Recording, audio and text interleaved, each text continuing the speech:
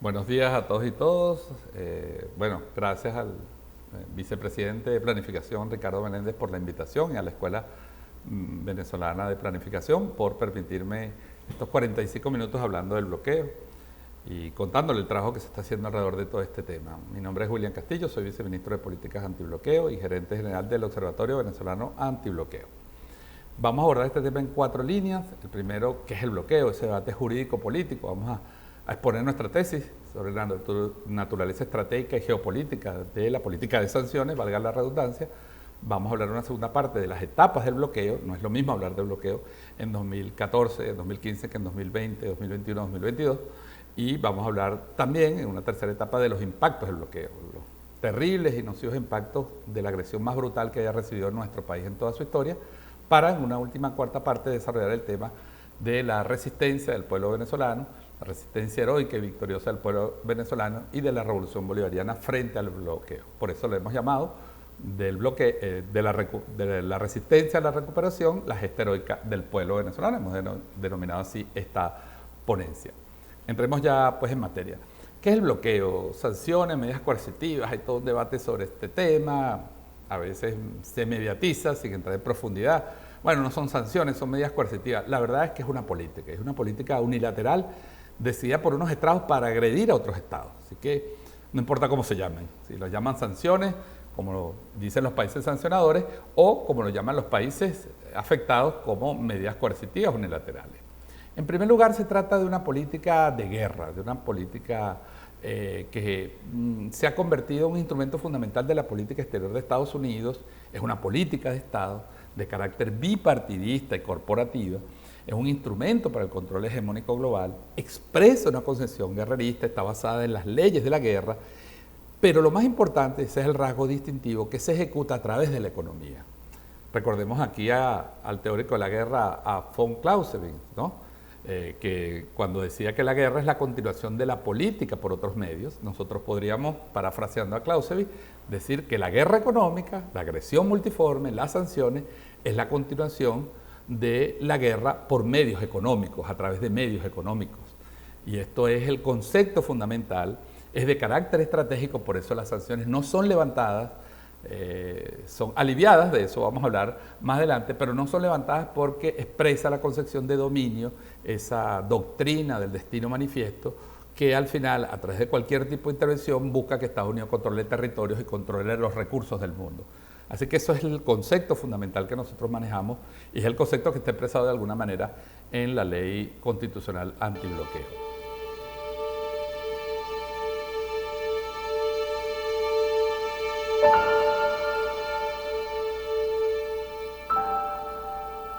La mejor resolución sería acelerar el colapso, aunque produzca un periodo de sufrimiento mayor por un periodo de meses o quizás años.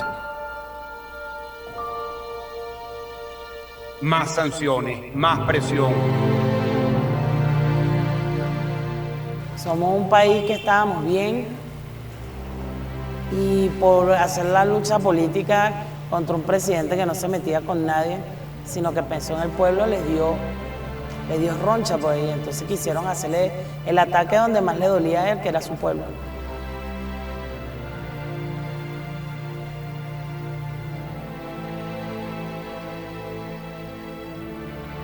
Son datos contundentes que quizás dibujan la cara oculta, la cara escondida de la verdadera guerra que han hecho con nuestro país.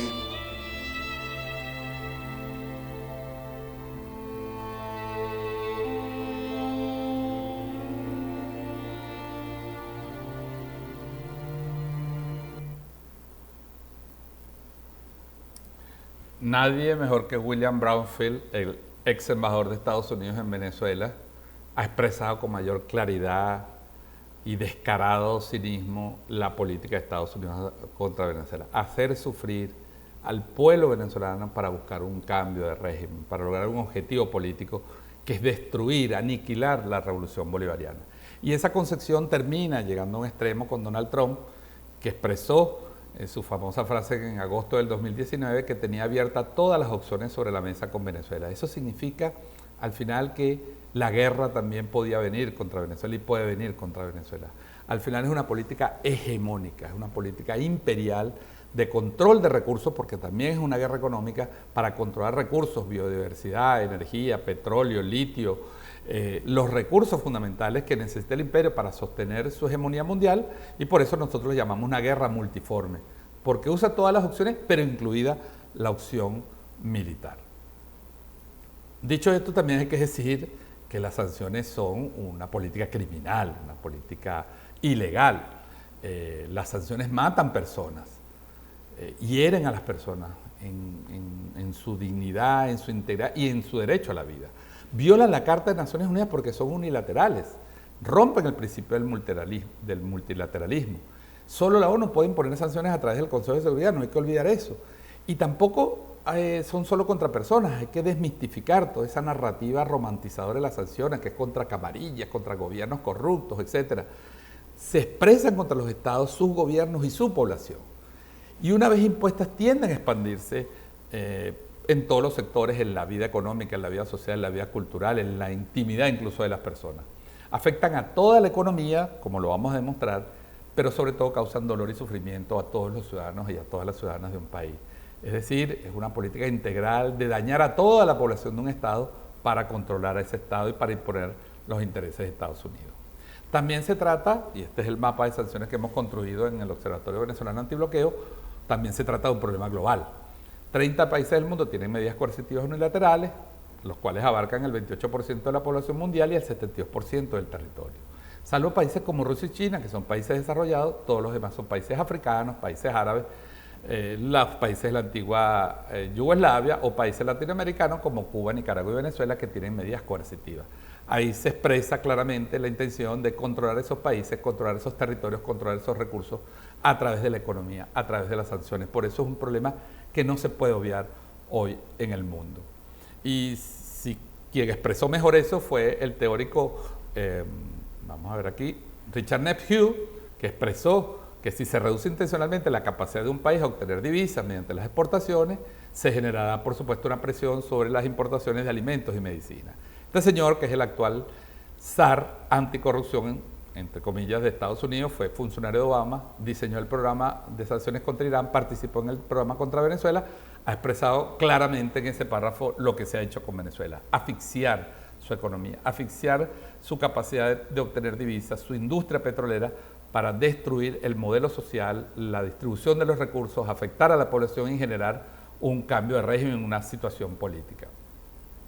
Pero también esto se trata de delitos de lesa humanidad. Hay que recordar que el Consejo de Derechos Humanos ha rechazado en múltiples ocasiones la política de sanciones, y el propio Estatuto de Roma de la Corte Penal Internacional dice que los actos contra una población civil masivos e indiscriminados, ejecutados con conciencia de sus impactos y planificados, son crímenes de lesa humanidad. Y el propio artículo 7 del Estatuto de Roma dice en su parte final que el exterminio de una población civil comprenderá la imposición intencional de condiciones de vida, como la privación del acceso a alimentos o medicinas, entre otras, encaminadas a causar la destrucción de una parte de la población. Caso Venezuela, claramente visto allí, caso Siria, caso Cuba, caso Nicaragua, visto claramente en ese párrafo del Estatuto de Roma. Y por eso, la doctora Elena Duján, la relatora para los derechos humanos, ha expresado en múltiples ocasiones, y particularmente en sus informes sobre Venezuela, después tras su visita a Venezuela, ha rechazado y ha pedido el levantamiento de las sanciones, ha dicho que esa campaña llamada de máxima presión viola el principio de la igualdad soberana de los estados, han tenido un efecto devastador sobre toda la población, afectan el acceso a alimentos, a salud, afectan los derechos humanos y, por supuesto, destruyen la vida social. Esta es una declaración contundente que deberíamos enmarcar, porque prácticamente resume todos los objetivos que han sido aplicados contra Venezuela a través de esta política que empezó con unas medidas personales y se ha convertido en una escalada contra toda la población, contra toda la economía, contra toda la ciudadanía venezolana. Y eso es lo que no podemos perder de vista cuando hablamos del tema del bloqueo. Hemos visto aquí entonces que no existe esa romantización de las sanciones, esa individualización de las sanciones. Existe una política para destruir un Estado y para imponer después un gobierno títere, como se planteó a partir del año 2019, para poner un gobierno franquicia, pues afín a los intereses de Estados Unidos, hacer un cambio de régimen, una suerte de reseteo cultural, reseteo económico, reseteo político de un país. En la segunda parte, que ya viene, vamos a estar hablando entonces de las etapas de este bloqueo.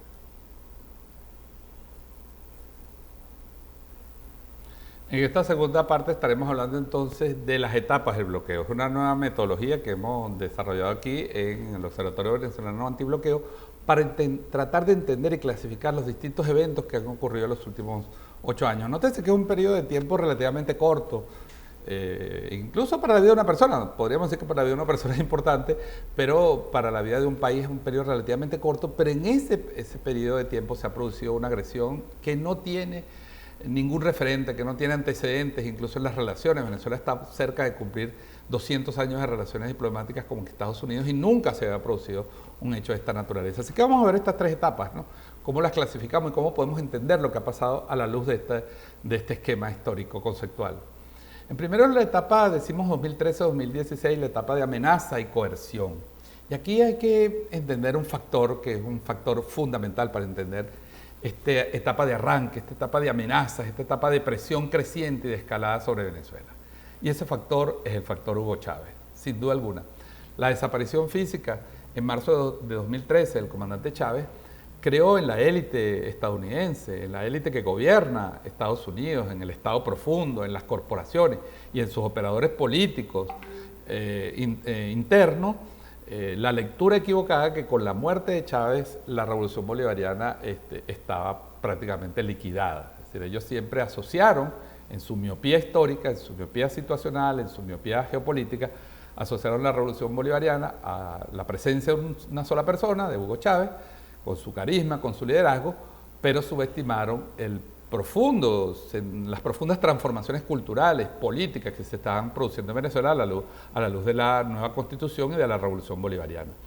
Así que cuando fallece Chávez, Estados Unidos lee, equivocadamente, repito, la realidad venezolana como que la revolución está a punto de caer y decide contraatacar con mucha fuerza eso. Y eso se refleja y es parte de una estrategia que había sido diseñada por la administración Obama.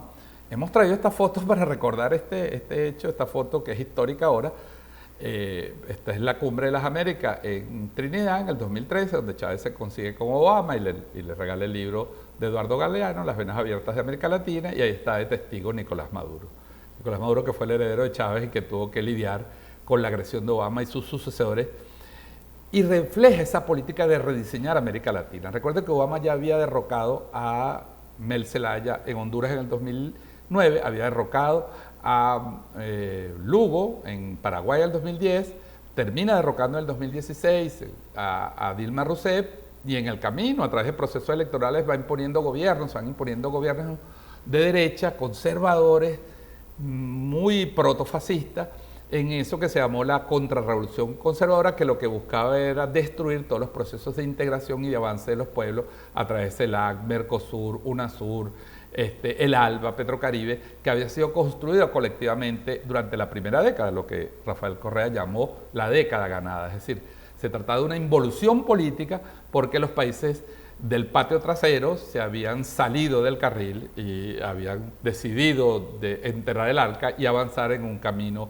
propio, democrático y soberano. Y en marco de esa estrategia se produce entonces una agresión contra Venezuela por la ausencia de Chávez, esta etapa donde se empieza el cierre del financiamiento externo al país, se desata una guerra brutal económica interna, con una huelga de inversiones, con escasez inducida, con especulación, una creciente desestabilización política, por eso activan a sus operadores entonces, a Leopoldo López lo activan en las guarismas del 2014, la llamada salida donde él dice, bueno, esto es hasta que se caiga el gobierno, es decir, no es una protesta política, es una conspiración política.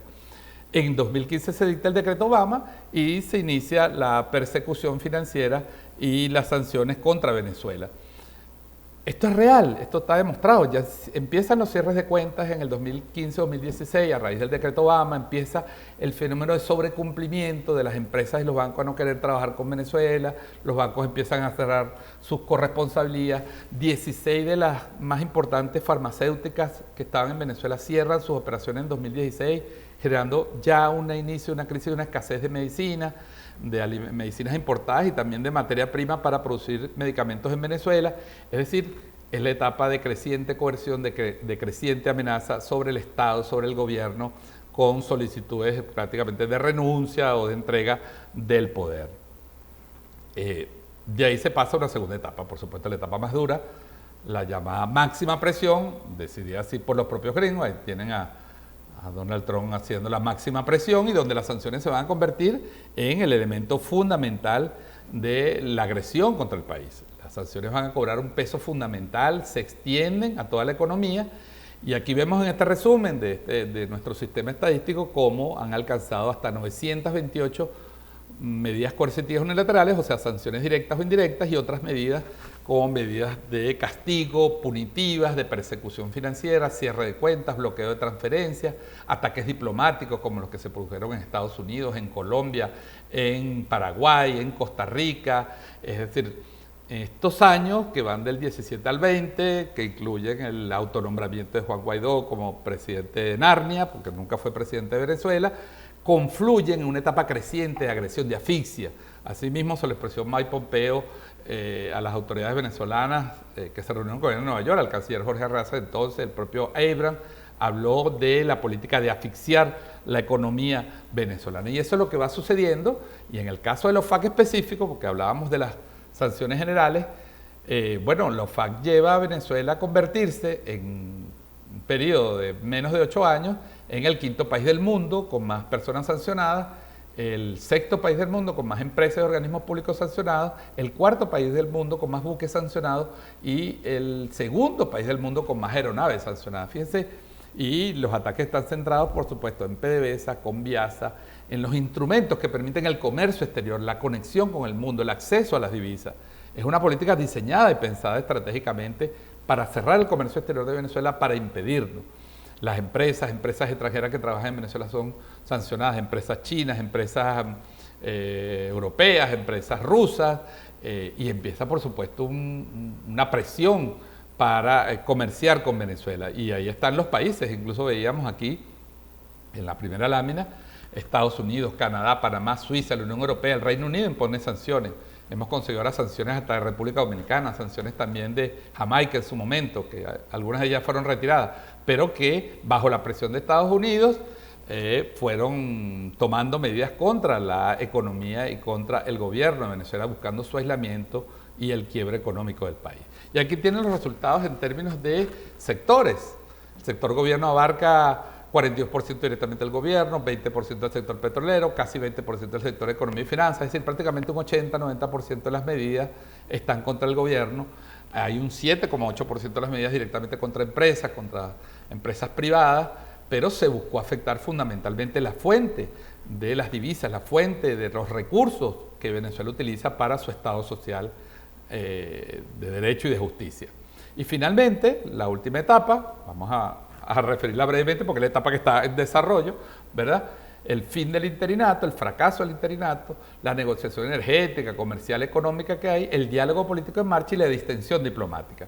Todo eso hay que entenderlo en un esquema donde fracasa el plan político, pero el plan económico sigue activo porque las sanciones siguen totalmente activas y hay que ir a una fase de negociación. En esta fase brevemente se ha hablado mucho de que si las licencias son la salida al tema del bloqueo. Yo quiero en esto ser muy enfático. Las licencias forman parte del sistema de sanciones. Son unos huequitos, le decimos nosotros la rendija en el muro, lo hemos dicho en referencia a la licencia de Chevron, y está en este boletín que se pueden descargar en nuestra página web, porque además crean esa ilusión de que cualquier empresa o país que incluso quiera comerciar con Venezuela tiene que ir a pedirle permiso a Estados Unidos. Eso es lo que el presidente ha denunciado como el modelo neocolonial de la OFAC. Es un modelo terrible que Venezuela rechaza. Venezuela considera que las licencias, en tanto ratifican las medidas coercitivas y las sanciones, forman parte del sistema sancionatorio y no forman parte de ningún alivio, como una cierta narrativa quiere imponer, una narrativa desde economistas, empresas privadas, analistas políticos, etcétera, ¿no? Que dicen, bueno, no se estresen venezolanos, se mantiene el bloqueo, pero si nos portamos bien y hacemos todo lo que ellos nos digan, ellos van a aliviar las sanciones. Fíjense el caradurismo, el terrible cinismo de estas expresiones, ¿verdad?, que quieren seguir controlando nuestro país, que siguen amenazando a nuestro país y que buscan fundamentalmente ejercer medidas de coerción para lograr doblarnos el brazo, para lograr arrebatarnos nuestra soberanía y que Venezuela deje de tomar sus decisiones electorales y sus decisiones políticas por sus propios mecanismos y con sus propias autoridades y lo haga en base a una suerte de interdicción, en base a una suerte de tutelaje por parte de los Estados Unidos. Así que estas son, consideramos nosotros, las 3 etapas del bloqueo, brevemente que hemos repasado, y en esta tercera parte que ya viene vamos a hablar un poquito sobre el tema de los impactos del bloqueo. En esta tercera parte vamos a hablar de los impactos del bloqueo. Obviamente impactos terribles en la economía, en la macroeconomía, en el comercio exterior, en la industria petrolera, pero que son impactos a su vez que tienen un correlativo social, porque es evidentemente lo que se buscaba, un daño social, una profunda conmoción social en nuestro país. Vamos a pasar brevemente revista a la caída de la producción petrolera, la caída del ingreso nacional, la contracción de la actividad económica y por supuesto la afectación social que es producto del bloqueo. En primer lugar se atacó el corazón de nuestra economía, la industria petrolera. El blanco central ha sido la industria petrolera y por eso el impacto en la caída de la producción petrolera, que es producto del bloqueo, ha tenido efectos devastadores. Se estima en el Ministerio de Finanzas que producto de las medidas coercitivas que tienen señaladas 2 puntos centrales, los 2 momentos en que se dictan medidas, y cómo eso va acelerando la caída de la producción petrolera que pasó de 2.5, 2.8 millones de barriles en 2015 hasta junio del 2020, que es su punto más bajo, que estuvo en 339.000, 340.000 barriles de petróleo. Venezuela dejó de producir, producto de este bloqueo, unos 393.000 millones de barriles, que serían equivalentes en divisas a 232.000 millones de dólares en un periodo de 5 o 6 años. Hay que ver el impacto que eso tuvo sobre nuestra economía, sobre el desarrollo de la industria, sobre la paralización de PDVSA, la paralización de sus inversiones, los impuestos que recauda el Estado a través de la industria petrolera y por supuesto la inversión social. Ese es el correlativo que va a haber de la paralización de la industria petrolera, es el impacto social que eso va a producir. Así que esta estimación, como toda estimación por supuesto, es un escenario de lo que puede haber pasado si Venezuela mantenía más o menos una producción de 2.8 millones al precio promedio que se fue dando de cada año entre el 2015 y el 2022. Entonces es un impacto verdaderamente severo. De esto ya hablaba el presidente de la República durante la demora de cuenta en la Asamblea Nacional. El robo de los activos sancionados y confiscados, Citgo, la principal, su red de distribución de combustible, sus refinerías, sus oleoductos, sus redes de comercialización, Monómeros, que afortunadamente ya fue devuelta por un gobierno democrático, por fin llegó un gobierno democrático a Colombia y ha devuelto la industria de monómeros, pues la planta de monómeros ha devuelto a su dueño, que es Venezuela, a Pequibén y a PDVSA. Los buques que han sido sancionados, los intentos de confiscación, la confiscación de aviones, el ataque contra los aviones de PDVSA, las sanciones para evitar que vuelen, para que puedan realizar sus actividades normales. Los buques también están asociados a la comercialización, al bloqueo de la comercialización de petróleo para que tampoco Venezuela pudiera, lo poco que estaba sacando, lo pudiera comercializar. Y también los terminales, vemos la última foto allí, abajo a la derecha, los terminales en el Caribe como en Bonaire que fueron asaltados también por las sanciones y por los grupos que hablaban en nombre de Donald Trump en el Caribe, en Europa y en el mundo como supuestos dueños de esos activos. Esto fue un ataque brutal, hay que ver la dimensión de estos ataques sobre cualquier industria del mundo y hoy PDVSA está recuperando con el músculo, con el esfuerzo de sus trabajadores, está recuperando su producción. Por eso es que poco a poco se han ido restaurando la producción de gasolina, la producción de distintos componentes derivados del petróleo, porque Venezuela quedó pues sin recursos, sin capacidades, sin proveedores, sin barcos para comercializar y eso fue pues parte del diseño de ahogar, de asfixiar a PDVSA. Y por supuesto, un elemento que no podíamos pasar es el famoso embargo petrolero. Recuerden que Trump dijo en 2020 que él iba a imponer un embargo y lo cumplió. Ahí tienen la evolución de las exportaciones de crudo y derivados de Venezuela a los Estados Unidos desde el 2012 y vean cómo va evolucionando con sus altibajos. Empieza a disminuir en el periodo del bloqueo, 2015, y llega a cero. Es decir, activos confiscados y saqueados, embargo comercial, no puedes vender petróleo, recursos bloqueados en la banca, no puedes mover tu dinero, no puedes vender petróleo, no puedes comprar diluentes para fabricar gasolina. Es decir, el colapso total de PDVSA, un impacto incluso superior en términos de industria a lo que fue el paro sabotaje petrolero de la misma derecha y Estados Unidos en el año 2012. Esta es la realidad de lo que ha sido el ataque contra la industria petrolera de Venezuela y es absolutamente innegable, es absolutamente innegable. Se puede opinar sobre otras cosas, pero no se puede decir que esto no sucedió. Luego están los impactos sobre el ingreso nacional. Como hemos dicho, la política era ni un solo dólar para Venezuela.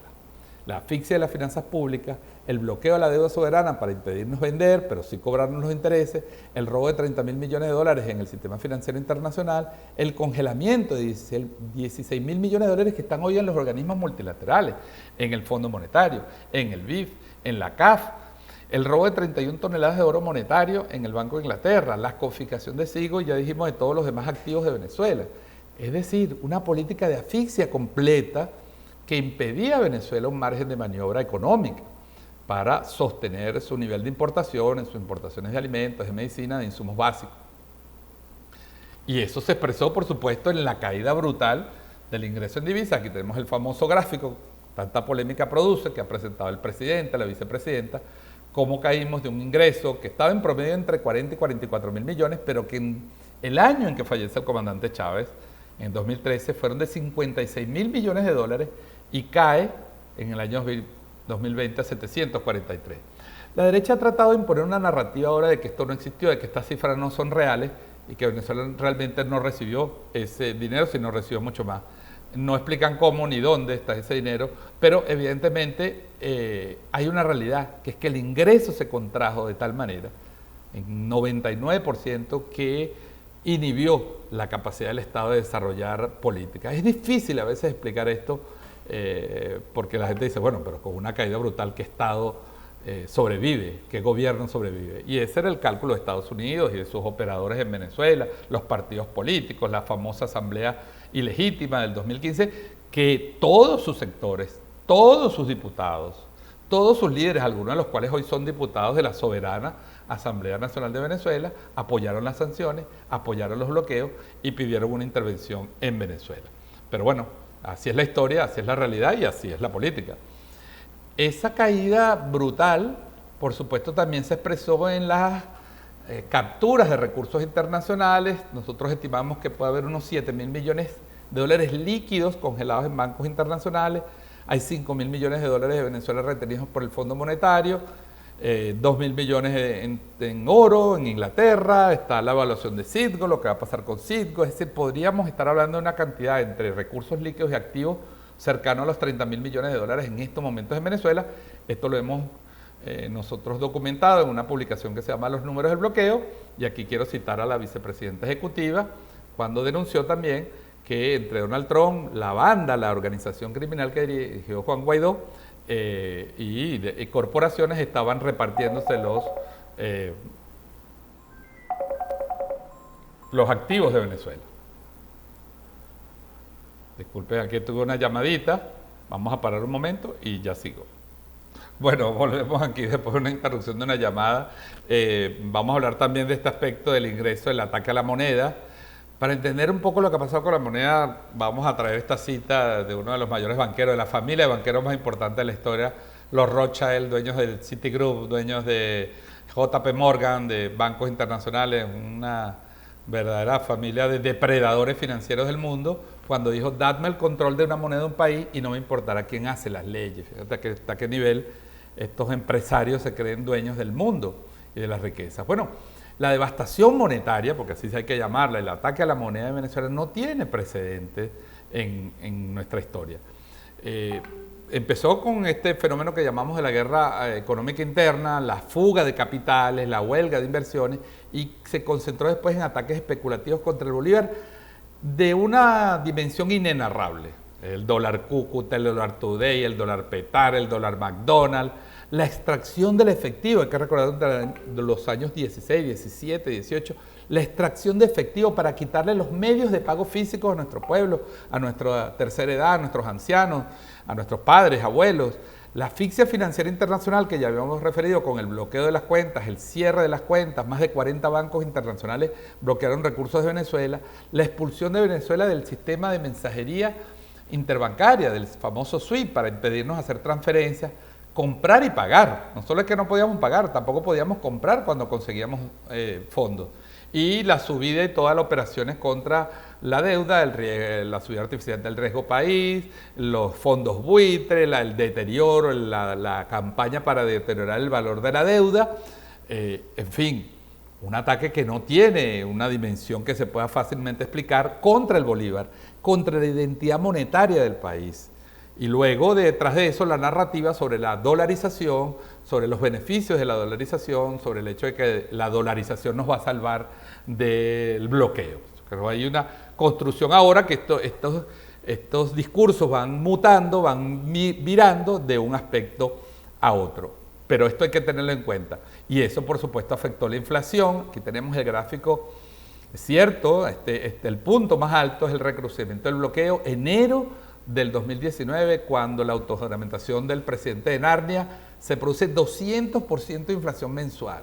Venezuela sufrió efectivamente la hiperinflación más grande de nuestra historia, pero lo que no se dice, sino que no se le explica al pueblo, son las causas. Hoy hemos vencido la hiperinflación, pero es verdad que todavía tenemos muchos problemas. Tenemos una inflación alta, subsisten problemas, perversiones, debilidades que tenemos que ir corrigiendo. Pero sin duda, ese bajón de la hiperinflación a niveles más manejables es un esfuerzo de una política económica, de un programa económico, de un gobierno que está trabajando para recuperar los equilibrios económicos. No hay ninguna duda en eso. Podemos interpretar el gráfico de distintas maneras, pero lo que no se puede negar es que hay acciones contundentes que todavía falta consolidar en el tipo de cambio, en el valor de la moneda para estabilizar definitivamente la economía. Y eso es una herencia también del bloqueo.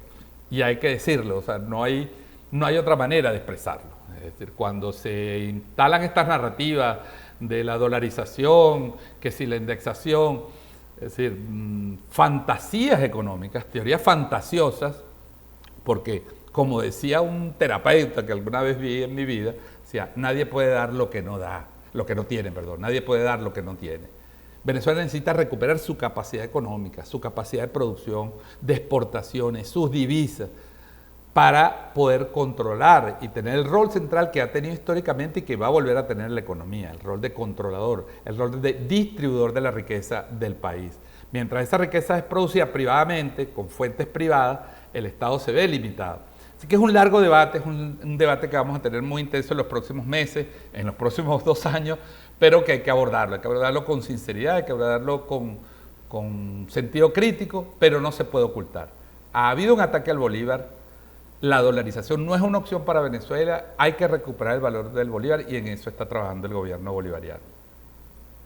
Y ya les decía, pues todas estas narrativas, todas estas falsas narrativas que atentan contra una identidad económica, monetaria, que buscan convertir a Venezuela en una franquicia, y ya el presidente lo expresaba también de una forma muy gráfica que lo vamos a ver en uno de los videos más adelante sobre este tema.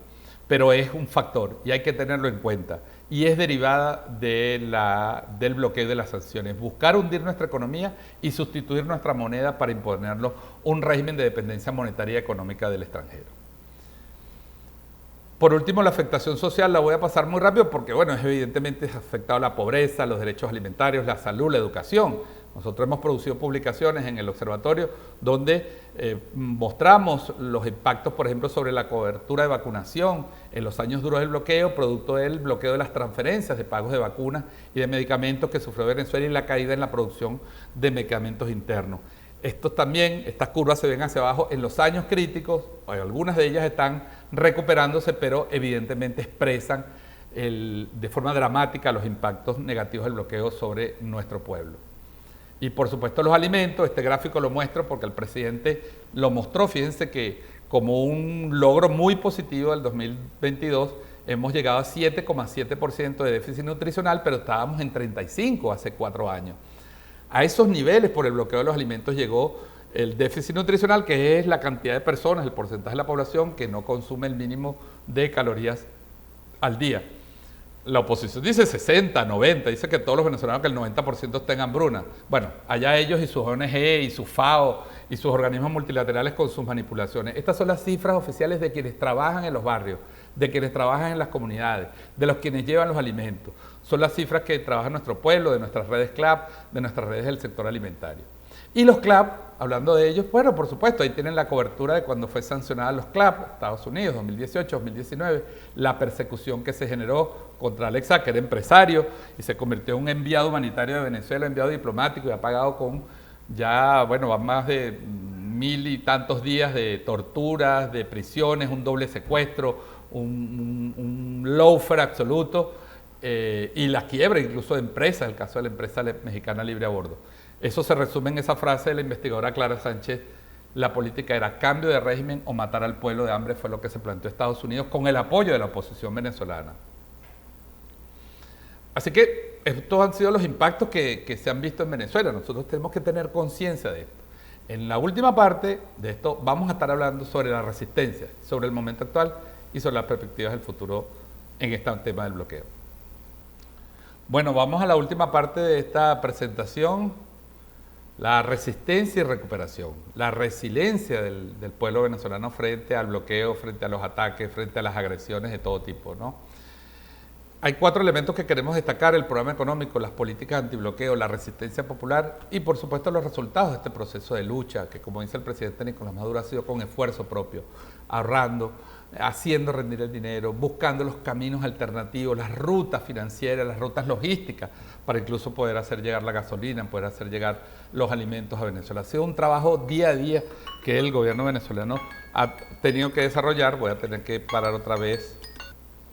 Bueno, esto lo estoy grabando desde mi oficina, es inevitable que entren las llamadas y las alertas y las notificaciones. Así que, bueno, este es el proceso en general. Vamos a ver brevemente, vamos a repasar muy brevemente esta parte, porque la resiliencia del pueblo venezolano, y eso nos quieren también ocultar, ha sido dentro, y las innovaciones dentro del modelo, dentro del proyecto socialista. Aquí no hay ninguna traición, hay que olvidarse de esa narrativa falaz, balurda, sobre que si hay una traición al proyecto de Chávez. Aquí hay más chavismo que nunca, y sí ha tenido que hacer precisamente con las claves de Chávez: innovar, resistir, buscar caminos. Se lanzó un programa de estabilización, recuperación y crecimiento y de bienestar en el 2018 que fue atacado, que fue duramente atacado. Tras ese programa vinieron más sanciones más duras todavía de Estados Unidos. Los motores productivos como una estrategia para impulsar la producción nacional y el diálogo productivo, el diálogo social, las políticas de los emprendedores para impulsar también los emprendimientos nacionales, las pequeñas economías familiares, las economías de escala, los huertos escolares, los huertos familiares, todo lo que es la recuperación de la economía, del semillero venezolano, de la cultura de la semilla venezolana. Todo un esfuerzo colectivo de instituciones públicas, de organizaciones sociales de base, de comunas, en la búsqueda de enfrentar el bloqueo y enfrentar sus principales efectos. Las medidas de flexibilización económica que eran inevitables, como el tema de permitir la circulación de la divisa a nivel comercial sin que la divisa se convierta en un referente de la economía venezolana, quiere decir, en la moneda nacional. Eso está más que claro que Venezuela no va a dolarizar su economía y hay que combatir y salir a paso a esas falsas y esas falaces narrativas, incluso de empresarios que dicen que quieren la dolarización pero solo los beneficios. O sea, no estarían dispuestos a pagar impuestos ni salarios en dólares, pero sí a cobrar precios en dólares. Las alianzas internacionales con los países que rompieron el bloqueo y con los países que hoy se integran también a relaciones comerciales abiertas con Venezuela y la profundización del modelo social son claves de la resistencia del pueblo venezolano. La organización popular, es fundamental entender esa resistencia también. Fíjense que quería mostrarles aquí cómo se han innovado programas como los CLAP, el programa Patria, el Petro, el 1 por 10 del buen gobierno, las bases de emisiones, las exitosas estrategias contra el COVID-19, la misión Venezuela Bella, las alianzas internacionales, ya decía. Dentro del bloqueo y sin recursos, el gobierno fue buscando caminos para enfrentar, fue buscando procesos nuevos, formas de la gestión pública, formas de organización, enfrentar una pandemia, digitalizar las relaciones con el pueblo a través de la plataforma Patria, que ha sido una bendición, que ha sido una de las cosas más maravillosas, y por supuesto la maravilla de los CLAP. Las políticas antibloqueo, claro, rápidamente, la ley antibloqueo de octubre de 2020, y las alianzas económicas internacionales. La ley constitucional antibloqueo, ustedes lo saben, una campaña feroz contra ella también, aprobada por la Asamblea Nacional Constituyente, que estimula inversiones productivas para generar valor agregado, para buscar rutas de antibloqueo, generar empleo, bienestar a las comunidades, proteger la economía y pública privada de las persecuciones del bloqueo. Y dice la ley antibloqueo que los recursos que genere deben ir dirigidos a lo social. Es decir, es una ley profundamente social que crea además una nueva institucionalidad económica como el Centro Internacional de Inversiones y el Observatorio Antibloqueo.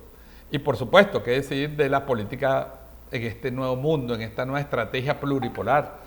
Un antibloqueo pluripolar, en un mundo pluripolar, con China, con Rusia, con Cuba, con Irán, con Turquía, con la India, con los países del Caribe que se arriesgan todavía a generar proyectos con Venezuela y por supuesto ahora con la incorporación de Colombia y todos los países que se están abriendo a una relación con Venezuela, que han entendido que el plan político fracasó, que Venezuela es un país que tiene derecho a tener relaciones comerciales abiertas y justas con el mundo entero y que en un nuevo marco, en un nuevo contexto internacional, por supuesto repotenciará y relanzará las capacidades económicas de Venezuela.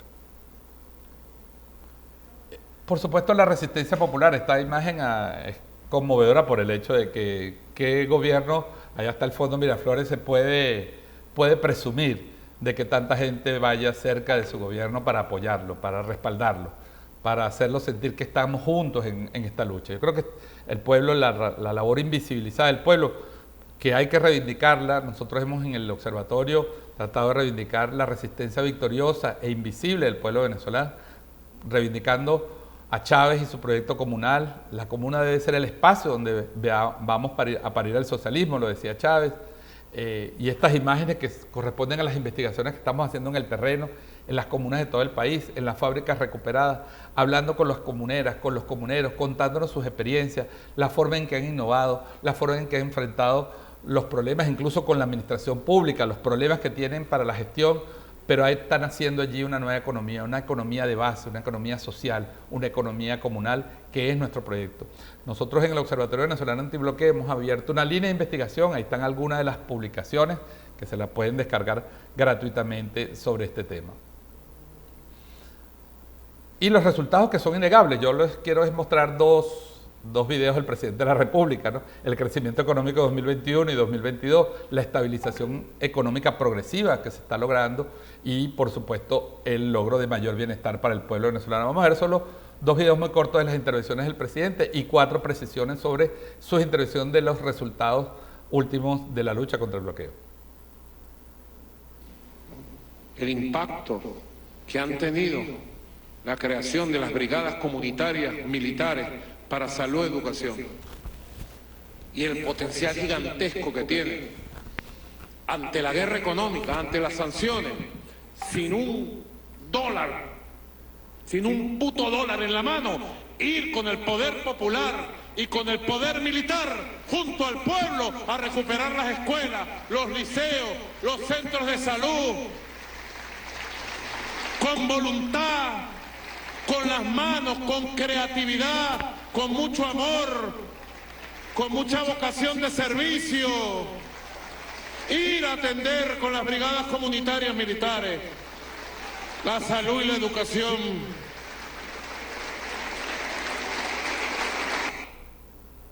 Bueno, ya ha hablado el presidente de esas innovaciones, las bricomiles, unión cívico-militar, recuperación de escuelas, recuperación de centros de salud, son los caminos alternativos, los caminos creativos dentro del modelo y dentro del proyecto y en la transición al socialismo que ha buscado la revolución. Pero escuchemos lo que decía el presidente sobre el tema de la alimentación y los logros durante los últimos 2 años.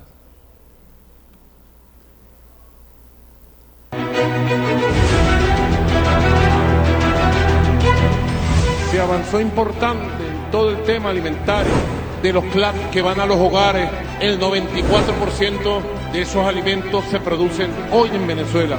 Hemos logrado avanzar en la recuperación del tema nutricional para nuestro pueblo y ya logramos recuperar el regreso de la proteína al 78.3% de la familia venezolana. Hemos logrado por primera vez un abastecimiento de productos en los mercados nacionales del 97%, con diversidad de oferta de producto nacional y de productos internacionales.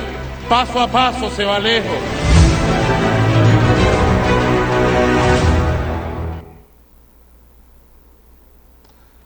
Ya en esta fase final de esta conferencia, 4 puntos que quiero destacar del discurso del presidente: la recuperación de la industria nacional, del diálogo social, el Consejo Nacional de Economía Productiva, un trabajo que hay que hacer en conjunto con todo el país para reimpulsar la economía, y los importantes logros que se están teniendo en la recuperación, algunas veces tímidas, parcial, incluso en recuperación importante en papel, en neumáticos, en calzado, en varios rubros. Refleja el esfuerzo también por reconstruir la economía de una manera colectiva, de una manera inclusiva, como es la Revolución Bolivariana.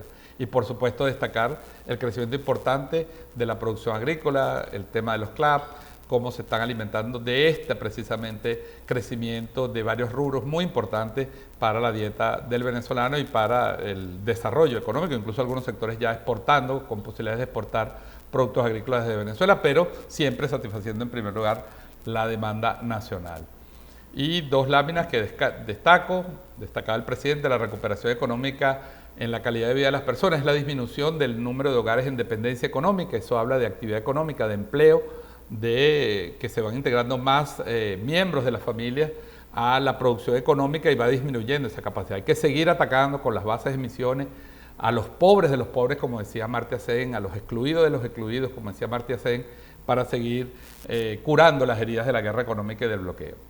Y finalmente, bueno, la labor del sistema Patria a través de los bonos, ese 1.674 son millones de dólares distribuidos a través del sistema Patria en 2022, con un crecimiento, había tenido una caída en 2021, pero refleja la voluntad también de seguir fortaleciendo el ingreso en la medida que del ingreso familiar en la medida que van creciendo los ingresos del Estado. Esa es la política, no hay otra.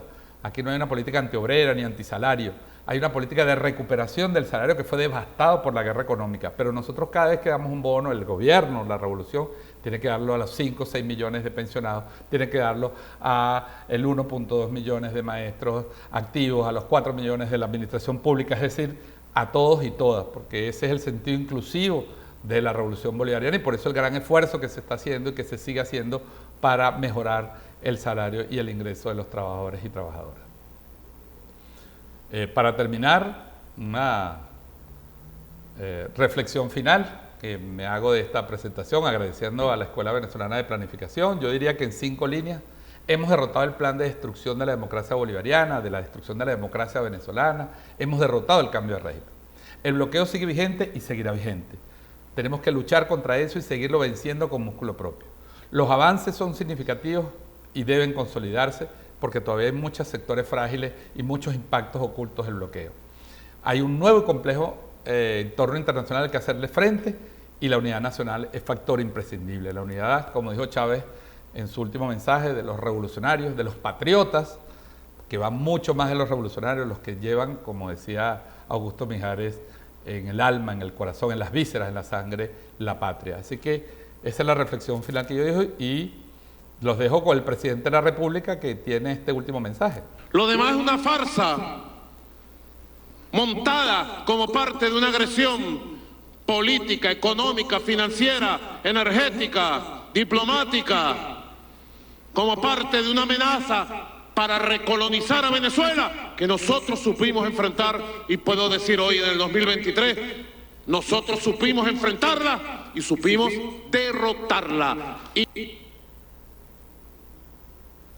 Supimos derrotar la agresión y tenemos que seguir luchando en la construcción del socialismo, en la construcción de la democracia comunal, de la sociedad participativa, inclusiva y protagónica del pueblo venezolano. 2 consejos finales, si me lo permiten: no compren las falsas narrativas, no se dejen engañar no solo por las noticias falsas, sino sobre las falsas narrativas que hablan en nombre del pueblo, sin querer al pueblo, sin creer en el pueblo, que hablan de la dolarización porque quieren seguir controlando desde el extranjero la economía nacional. Y el último consejo: visiten la página de observatorio.gov.be, la página del Observatorio Venezolano Antibloqueo, donde tendrá toda esta información, todas las estadísticas que quiera, todas las publicaciones que quiera y también en nuestras cuentas en redes sociales. Muchísimas gracias a todos ustedes por participar, por escucharme y muchas gracias nuevamente a la Escuela Venezolana de Planificación por esta invitación. Hasta pronto.